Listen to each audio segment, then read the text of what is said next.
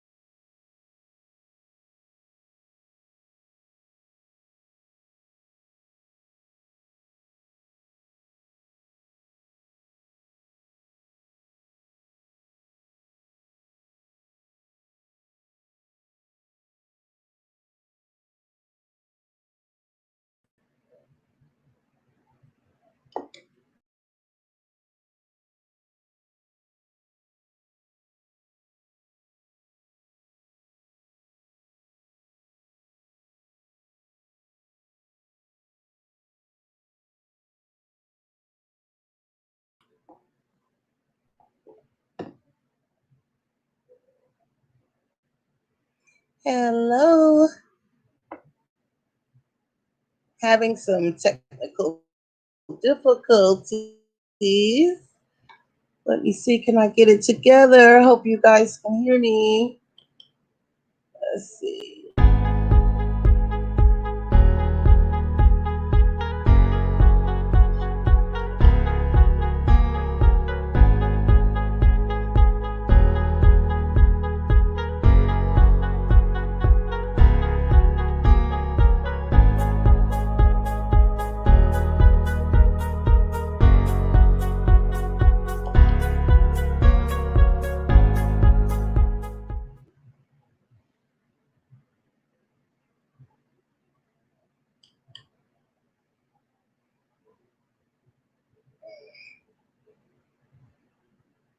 Okay.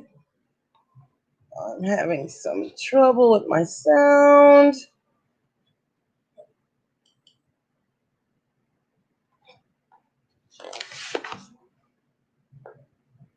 Hi, Curtis. Hi, TT. Can you guys hear me?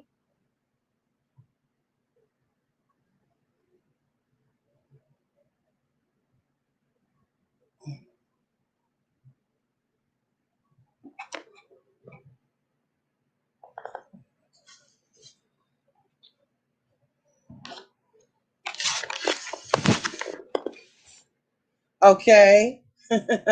We had a storm here, so I'm having some issues with my connection. So hopefully I can get my intro and everything played and get started again here. I do apologize. connection is bad tonight. Oh, we had a storm.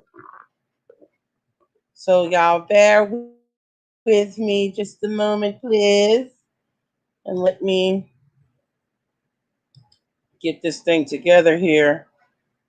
Okay, let's try it again.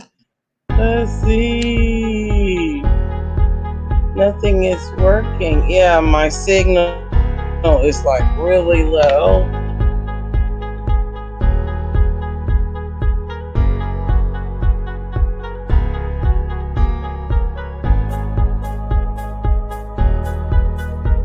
Try to get it.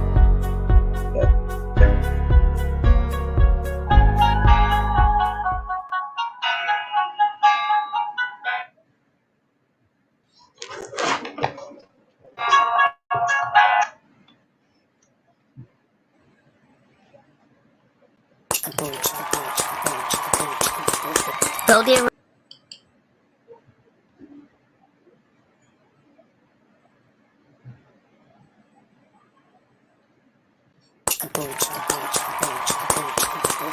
Go there, Rose. I'm about to spill some tea. Some plus size tea.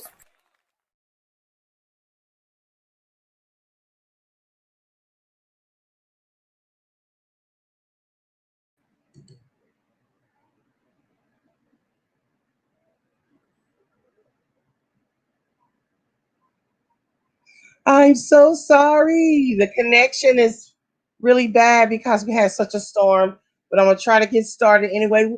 Thank you for joining me, T-Bag. So those of you that are just joining my channel, you've never been here before, please hit the like and subscribe button, ring that bell so you can know when Size TV is on. So glad to have you here. I have a little bit of tea to spill. I so apologize for the problem I'm having with the connection. I hope you guys can hear me well. Let me know in the comments if you can hear me. I'm so sorry. Hi, sis. Hi. I am so glad to see you guys tuning in. I'm having some issues with my connection because of the storm we had. It was a pretty bad storm. I'm going to try to get started here. Okay, so I'm glad you guys can hear me. All right, so let's get started. The connection thing has thrown me off. Let me gather my thoughts, okay? All right, so let me get started. So, R.Kelly, the Kells, the Pied Piper is back in the news. R.Kelly has fired his whole legal team. So let's find out what's going on with him. Steve Greenberg and Michael Leonard, the attorneys who left. Let's see how we can find out what they're saying here. All right. Things are not going well between R. Kelly and his lawyers. Earlier, two of his lawyers already announced that they had enough. And now the singer has shown the remaining two lawyers the door. It's a shame that lawyers put their own egos aside for the sake of their client, statement was said. In an earlier article, earlier today, at first he had only let go of two of his lawyers, which were the most prominent lawyers he had on his defense team. First, those two lawyers thought that he was getting rid of them and he was going to keep the two less experienced lawyers. So they had advised him and said, why are you getting rid of us and keeping the two less experienced lawyers? They're not, competent enough to even defend you in such a big trial as this. So little did they know that R. Kelly was getting rid of all of the lawyers. Okay, so Steve Greenberg and Michael Leonard, the attorneys who left on their own, issued a statement to the judge saying they no longer wanted to work with R. Kelly's other counsel. According to the pair, they didn't have the required experience or skills. They also thought it was a shame that the lawyers in question could not put their egos aside for the sake of the client. So it looks like that the legal team themselves, I don't know how much it has to do with R. Kelly, but it sounds like that the two experienced lawyers were not getting along with the other two lawyers, the other two that was on his team. The fact that R. Kelly has now kicked out the other two attorneys from his legal team shows that he agrees with Greenberg and Leonard's statement. How to this is unclear. The singer is currently detained in Chicago pending trial for another sexual assault case. In addition, a trial against him will start in August in the American state of New York. Both cases revolve around sexual and psychological abuse of young women. New York prosecutor alleged that Kelly's company, that was supposed to officially promote his music, also recruited girls and women. He then asked the ladies in question to move in with him.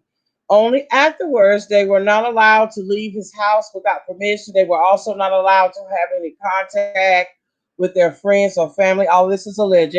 If they did, the singer blackmailed them with explicit footage that the singer recorded for them. And it's kind of sad. So he says, yes, I want free and unlimited access. R. Kelly fires all his lawyers. And it's some kind of a big feud they have going on between the lawyers on his defense team. So if you got a defense team and they're not getting along, I would fire all four of them too. Up in August, and he's charged with alleged these sexual abuse charge with the women, and also he's charged with some like racketeering and other charges as well. So I believe this is a legal strategic move on R. Kelly's part, because if you don't have any legal representation, it delays your case and things like that. Now, it was alleged that during the midst of COVID, that he tried to ask judges could he get out due to the COVID, but because of his type of charges, they were not, too keen on allowing him to release the COVID disease. But if his charges may have been not as severe as they were, I believe they would have let him out, because they did let some of the less violent crime inmates out due to the COVID disease. So, but he did try. He gave me the old one too, but it didn't work. Sorry, Kels. So I hope he gets some better. Yeah, I hope he gets some better legal representation, because if he doesn't, I believe this is a way for him to like delay the trial. The trial is like what, a month away. So I think this is going to push the trial back to maybe around the holidays or the first of next year. So because he was supposed to start in April actually, so already behind due to the pandemic. So I think this is just a way for him to, buy time. Um, and again, I don't know what type of lawyers he have where they couldn't even get him out. I don't think he's a flight risk. I don't know how come they didn't. Well, I guess maybe the judge didn't give him bond. They must felt like the charges were so severe that they wouldn't give him a bond or something. But by now he should have gotten maybe a reduced bond, or they saw he's not a flight risk or something like that. They should have been working on his behalf. So sometimes your legal team, all they're doing is eating up money, and that could be another reason why he let them go, because he may to find some lawyers that will do this pro bono for him. Because how was he? Well, they are playing his music some places. I'm sure he's making some money some kind of way, but not a lot. So that's another, thing. Okay, R.Kelly, good night. See you in the yard. All right, so let's go to the next story. Um, this is another big time crime story. The wife of El Chapo, Guzman, pleads guilty to aiding her husband in the drug trafficking empire. We all know who El Chapo is. The wife of Joaquin Archibaldo Guzman, the infamous drug lord known as Washington, to helping his multi-billion-dollar criminal enterprise smuggle at least 100 tons of marijuana, cocaine, and heroin into the United States. As a part of Emma, that's her name, Emma, ISPURO, she pleaded guilty, and she admitted to aiding her husband infamous escape from a property near the. He then a food idlers pinned under his. Coronel 31, a dual U.S. Mexican citizen, agreed to cooperate with U.S. prosecutors and three federal counts of conspiracy to commit money laundering, conspiracy and abet the distribution of heroin, cocaine, marijuana, and methamphetamines for importation into the United States, with Guzman cartel engaging in transactions that had the effect of evading sanctions on her husband. I mean, this was a when this was a czar, a drug lord. This was a kingpin. He was the man. All the drugs comes from. I mean, in the signed plea papers, Cornell acknowledged that the government could show she communicated Guzman's orders for his successful 2015 tunnel prison escape to three of Guzman's sons and a fourth alleged co-conspirator. She acknowledged evidence showing that at her husband's direction, she received 5 bulk cash deliveries totaling $1 million in heroin proceeds owed to Guzman from a man she knew as Clito, according to the plea paper. She delivered some of the money through intermediaries to Mexico's maximum security Plano prison to arrange for favorable prisoner conditions and facilitate the escape, the document states. So that means that they had some inside guards and things like that. He was so rich, he probably paid off the warden and everything, because they need to make like a movie. I'm sure that I think they have some documentaries, but whenever they do this movie, it's gonna be a big one, because this man right here, oh my God. Cornell was aware of her husband's cartel role from the onset of their marriage and benefited from direct monetary support. Residents and rent producing commercial and residential properties brought with the drug proceeds. She acknowledged she told everything. She sounded like a mockingbird. She also agreed the government could show that her husband used her to deliver messages to cartel associates, helping him in this manner to maintain control of the organization and continue to smuggle drugs into the United States while he was in prison. U.S. District Judge Rudolph Contreras ordered Coronel to remain detained pending sentencing September 15, after telling the defendant that prosecutors agreed to recommend a leniency if she cooperates, but that he was not bound by any such request. So she done sung. I would have got my stuff in writing. Ain't no way in the world I would have told all of that. And then most of it in writing.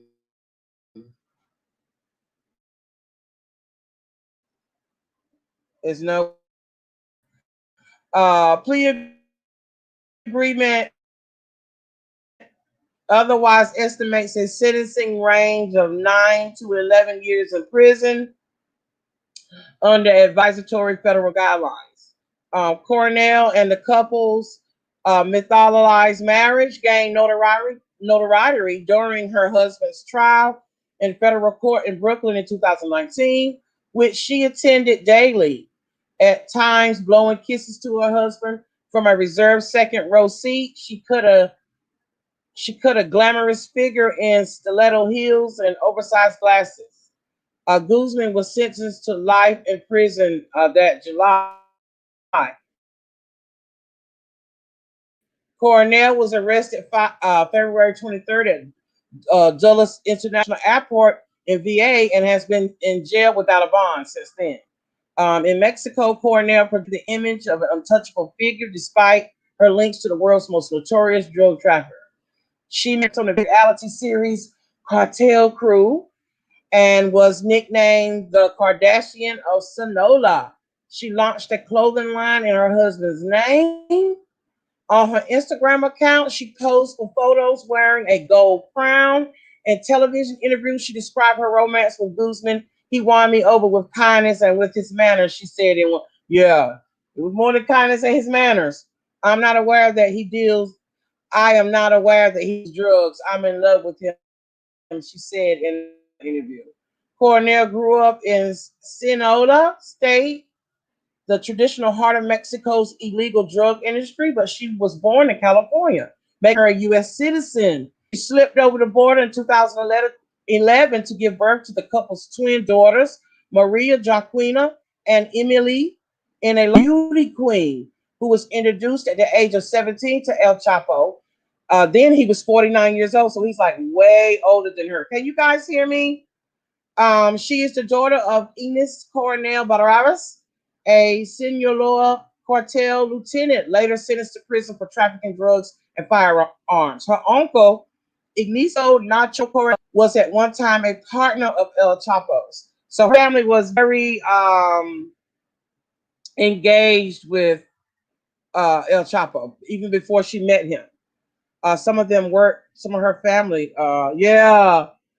Ching Ching. She was probably groomed to even be with him. Ain't no telling. She met him when she was 17. He was already 50. So Cornell says that when she met her future husband, she had no idea he was involved in drug trafficking and continued to maintain his innocence for years.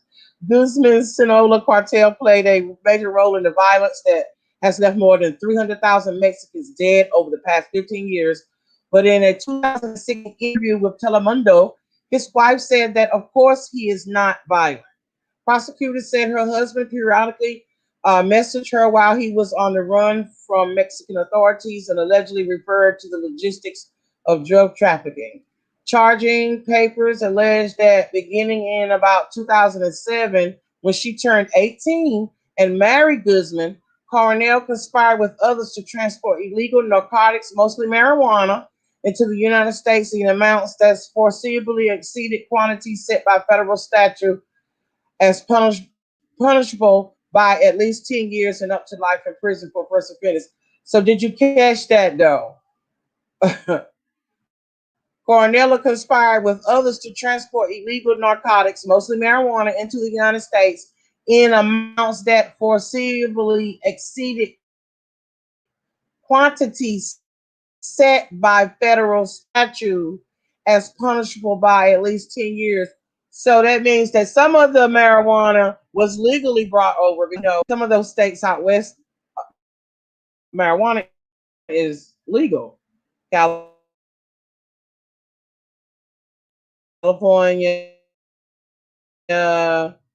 on up in different places, marijuana is legal. So my hands are in air quotations. Like some of the marijuana was legally legal, and the other was. So she brought some legal, and then but she transported too much, so she had to be charged for that. So it's really funny to me. I'm not going to get into that. Let me finish the article.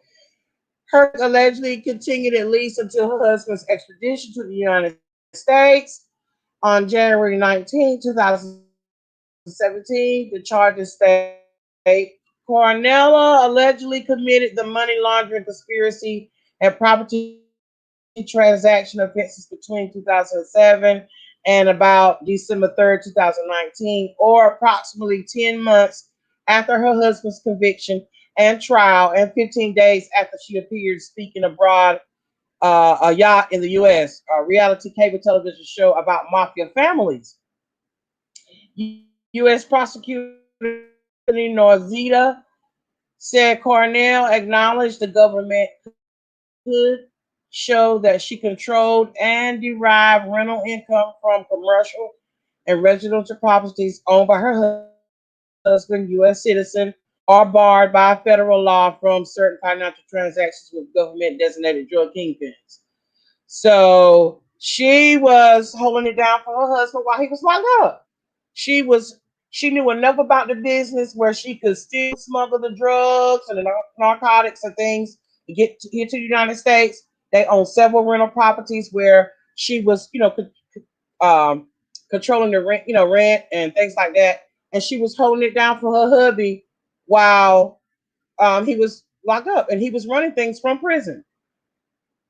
She helped escape and everything. I mean, I would have been afraid not to. You know what I'm saying? So I guess, well, I don't. It didn't sound like she played the wife of I was afraid and he made me do it. It didn't sound. It sounded like she really was like part of the business and she took her blame for her role for a lesser sentence. And I'm sure he probably told her how to plead, and she had the best lawyers, I'm sure, with the amount of money that she had, I'm sure. So yeah. All right, so moving on. That shows you that Bonnie and Clyde love ain't no joke. We ride or die to the end. We stick together. If you in there, I'm in there. She has the children, the twin girls. I'm sure family members will raise them. It does not matter about El Chapo being locked up. He still have his lieutenants. He still got his people out there on the streets that's still running this drug ring. It's going to continue on because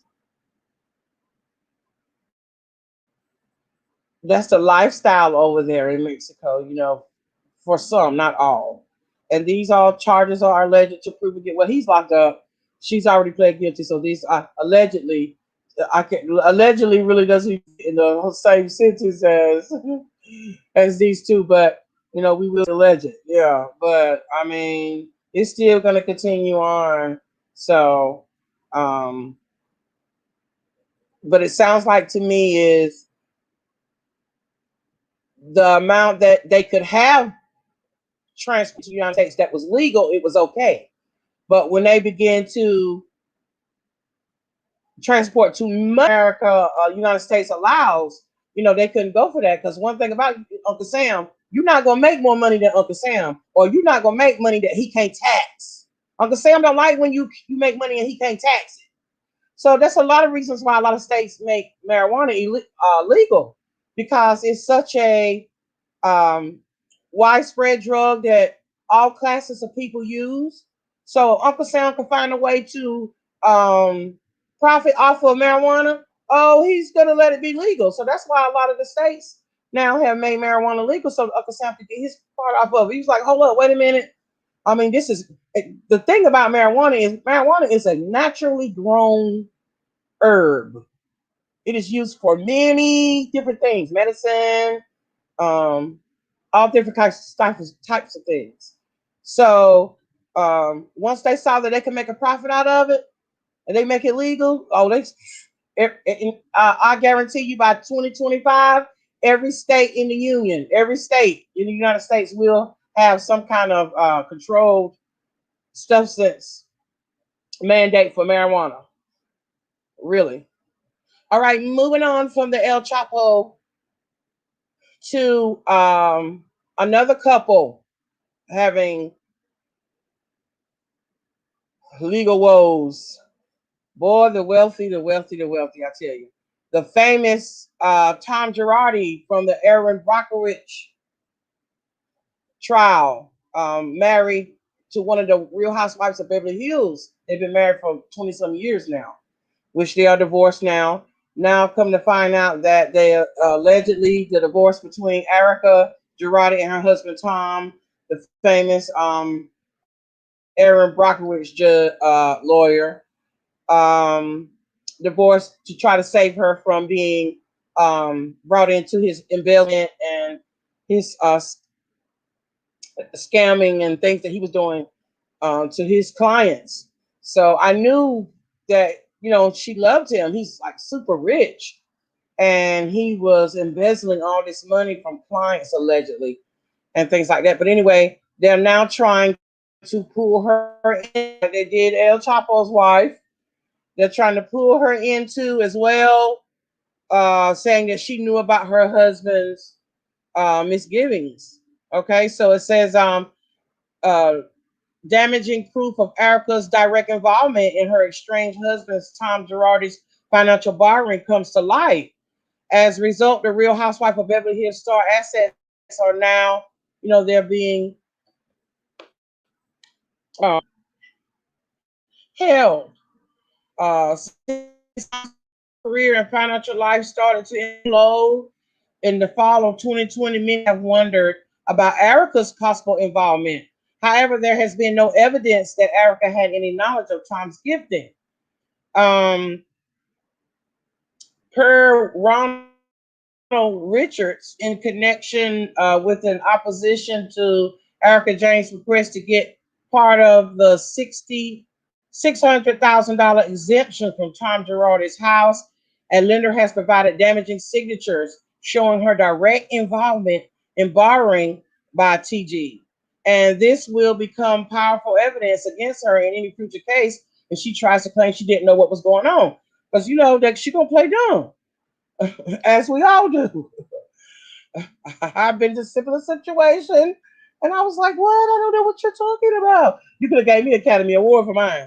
Okay, these these are signed documents would undercut that position that she was assisting in the loan and in fact gave priority to the lender over her own personal assets. You could judge for yourself. So in this article, I wish I could show them. There's some documents that Erika signed, show proof that her signature matches. Erika's attorney have already insisted uh, that she has played no role in Tom's legal issues publicly. Erika has attempted to portray herself as a victim of her estranged husband's lies and deception and unfaithfulness. Of course, Richards also notes that criminal charges won't be pressed against Erika until there's a clear evidence of knowledge that she knew of the fraud he added. She may claim she didn't know Tom was broke or borrowing a lot of money, but this negates any innocent housewife's defense. And I believe that's why they divorced. Because I was like, why would she divorce him? And I thought about some cases you marry so that the wife won't have to testify against the husband.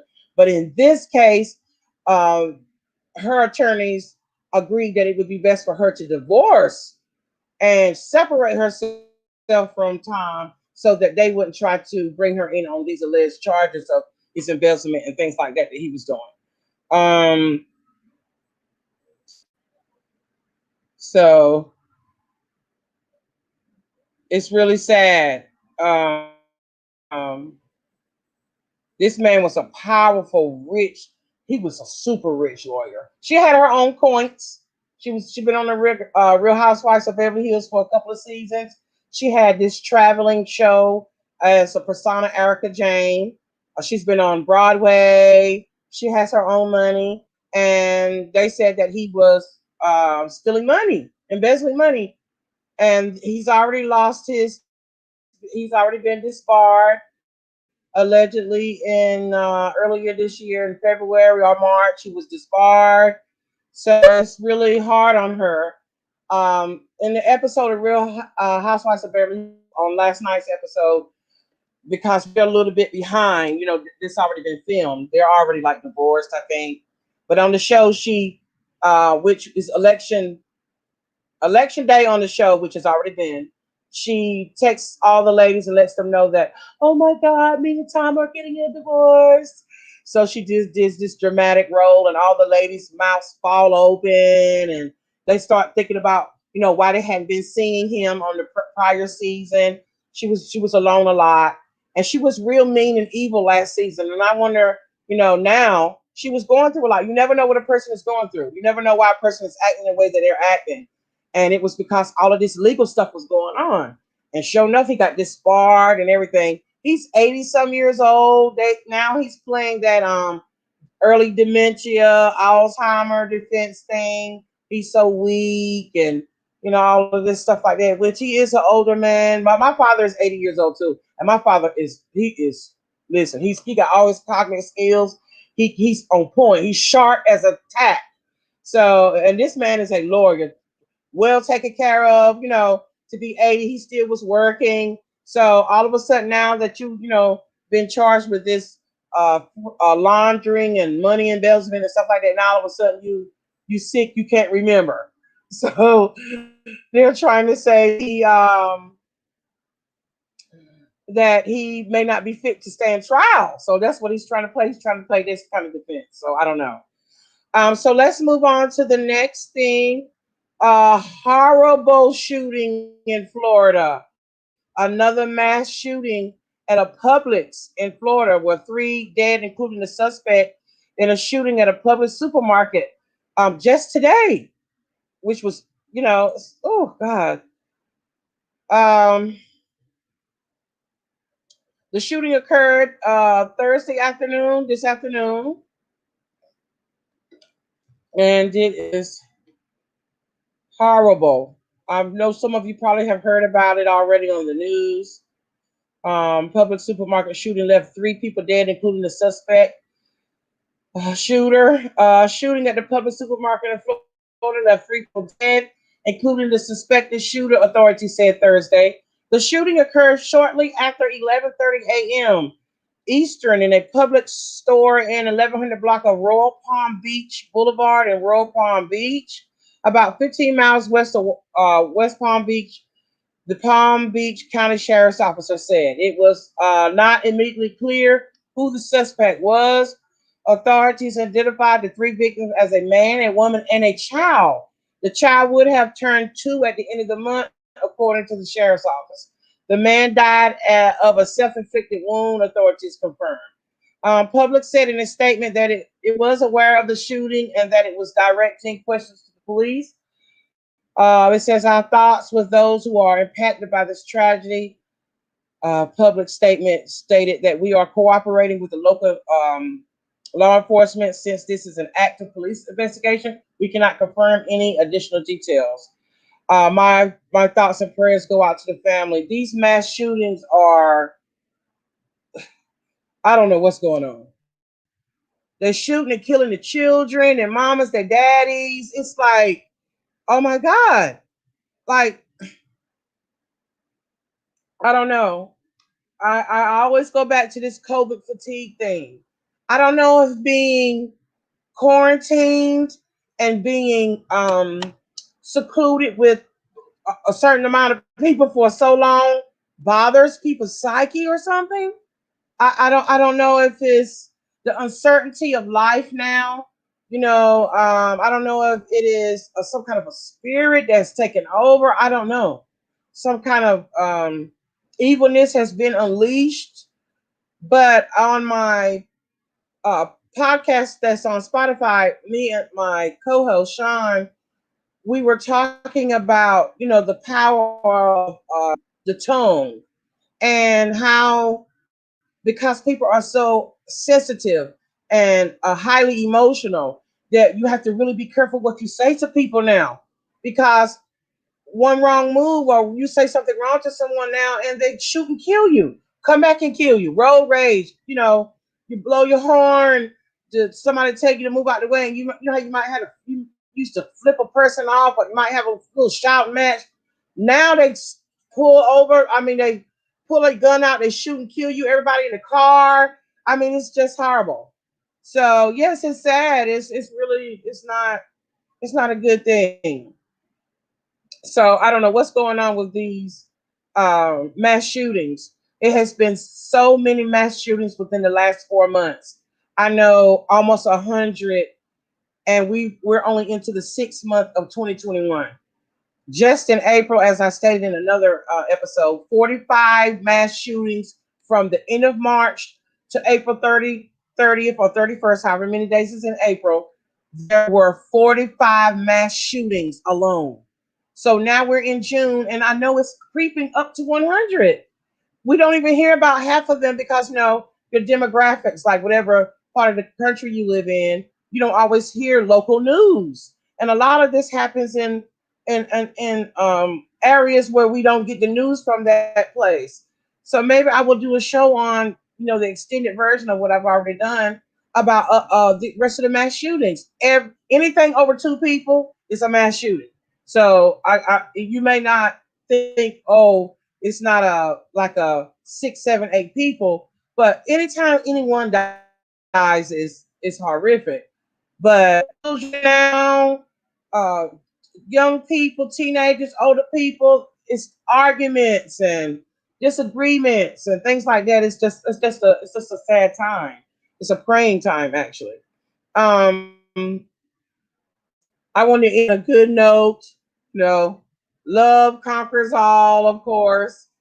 And Kanye has found him a new boo.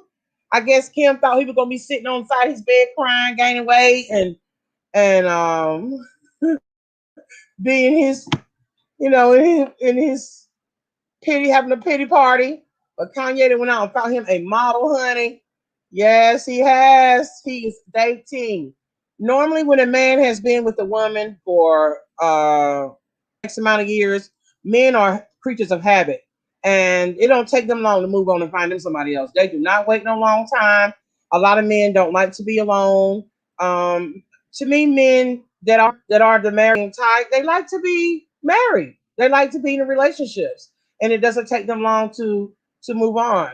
So Kanye West and the model Irina SHAYK together for months. They said the first clue was at DMX tribute.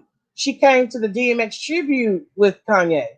Kanye West and Irina SHAYK were an item long before their romantic getaway to France, and the DMX memorial service was an early sign that Kanye was on the rebound. Sources connected the new couple. They tell TMZ that they call him Ye, Ye and Irina have been together for months, seeing each other as early as March. In fact, one of the new couple's prior hangout sessions happened in New York City in late April when Kanye was there for DMX's celebration of life. Um, there were signs that Yeezy and Irina were an item. She was spotted wearing a custom DMX memorial shirt before it was even in the hands of the general public. Remember, the custom DMX shirts were designed and commissioned by the Yeezy brand, and Kanye helped raise over $1 million for DMX's family with the profits. Let me tell you something about Kanye now. He do his part back for the community. They could call him crazy, say he had mental health issues and stuff like that. He is he is such a very big humanitarian. He is very big on helping people. Okay, he has a big heart. As we first told you in this, as the article states, TMZ states, Kanye and his supermodel were hanging in France for his 44th birthday Tuesday before popping on a private jet Wednesday and flying back to the States together. In This is the first public dating we've seen Kanye or Kim Kardashian do since she filed for divorce back in February. But he and Irina have a bit of history, professionally speaking. Kanye rapped about her in Christian Dior Denim Flow, saying, I want to see Irina Shayk next to Dotson. And she was also in his music video for Power. It's a good bet, though. They've been doing a lot more than reminiscing about the old times. Mm-hmm. He done went out and got him Yeezy. Yes, Yeezy done went out and got him a supermodel, and they got her. Mm-hmm. Let me tell you something about a man, honey. If you don't know, when she filed for divorce now, I believe Kanye would have stayed with Kim. Uh, you know, way probably beyond this 7 years. They made it 7 years. I believe she got the 7 year itch. He didn't get the 7 year itch. She got the 7 year itch. I think what turned Kim off is when Kanye got very spiritual. And like I said in another episode of Plus Size, is black spirituality is um, uh, a different ball game.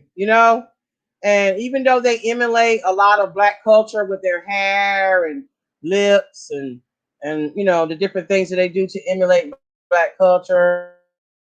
They have mixed children, you know, they men. But black spirituality is a whole nother ball game, and I think Kim couldn't deal with that, and I think that was a turnoff for her. So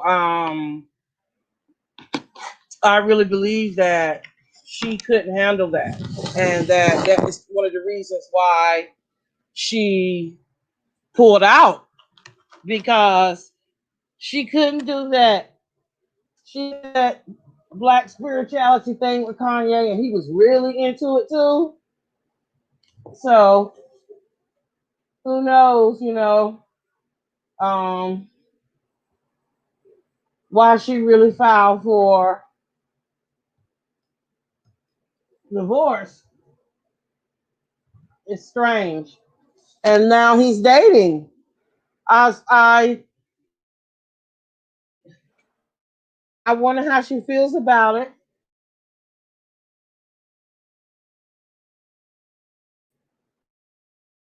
It's alleged that, and some others,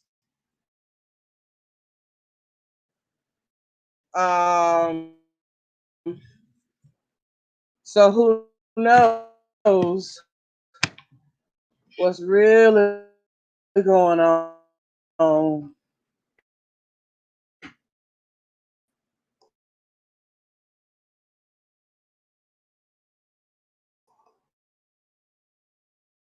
with them, you know?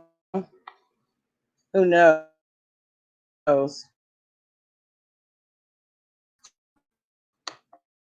So I'm glad Kanye is not somewhere sulking. And, you know, I'm sure he's done his um,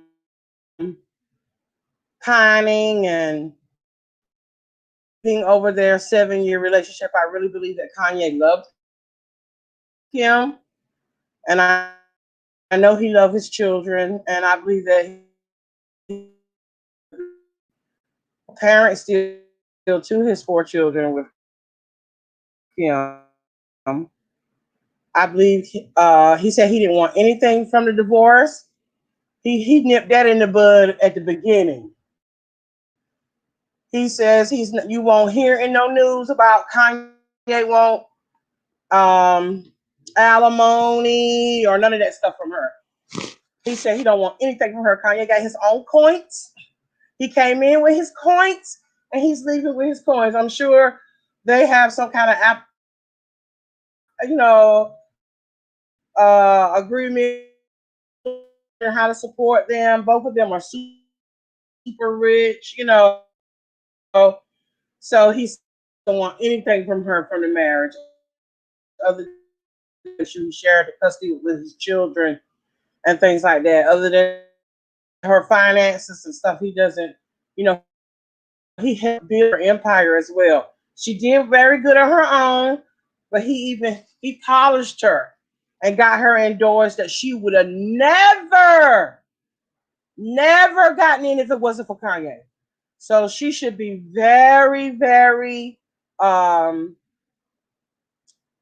happy with the way that he changed her whole persona, her image, you know. And I think he made people respect her. He bought her respect. You might as well say. And I noticed that a lot of times now, since they've been separated, that they're coming for her in that sleazy way, like they used to be towards. And she has to keep fighting for her respect again.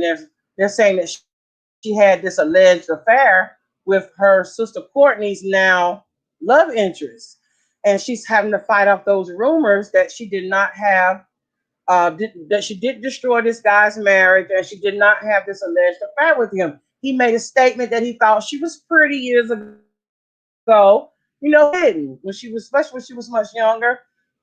She's still a very beautiful girl now, and that's all he said was that she was a nice looking girl. But he says doesn't matter to her if they had a fling or a kiss or whatever it could have been. It doesn't matter to Courtney. They are madly in love. They are crazy about one another, and it's not going to stop her relationship with him. So if Courtney love it, whatever. You know, to me, if it's, I don't believe that Courtney will talk to somebody that her sister talks to. And I believe she trusts Kim. And if Kim told her no, then we have to believe that the alleged rumors that the guy's wife is throwing out, saying that Kim broke up the marriage and Kim was cheating with him.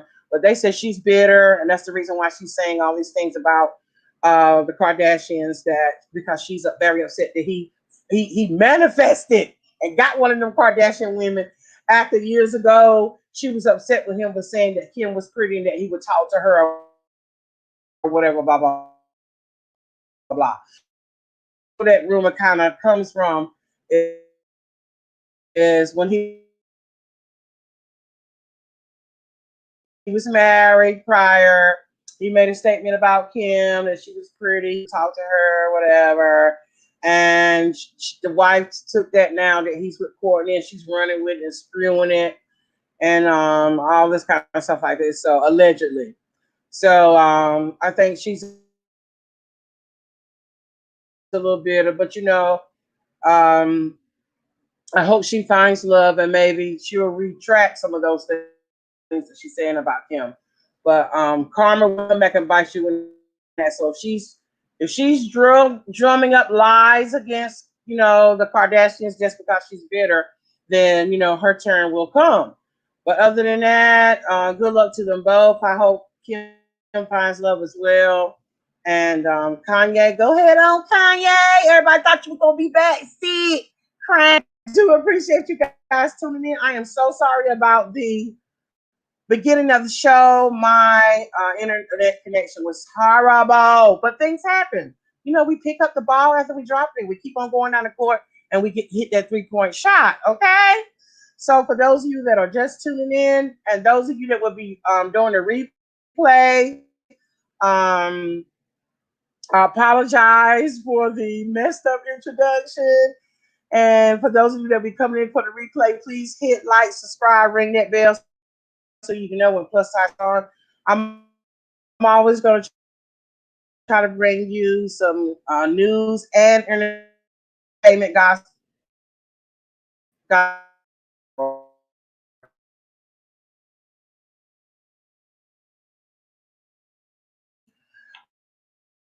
Just about, like I say, I really enjoy talking about and national news, not just about celebrities, but please tune into my Anchor Spotify show on Monday, Wednesdays, and Fridays, where I do a little bit more different.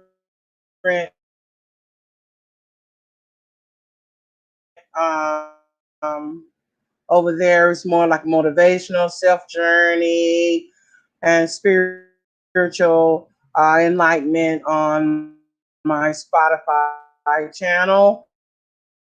But here on YouTube, it's all about the tea.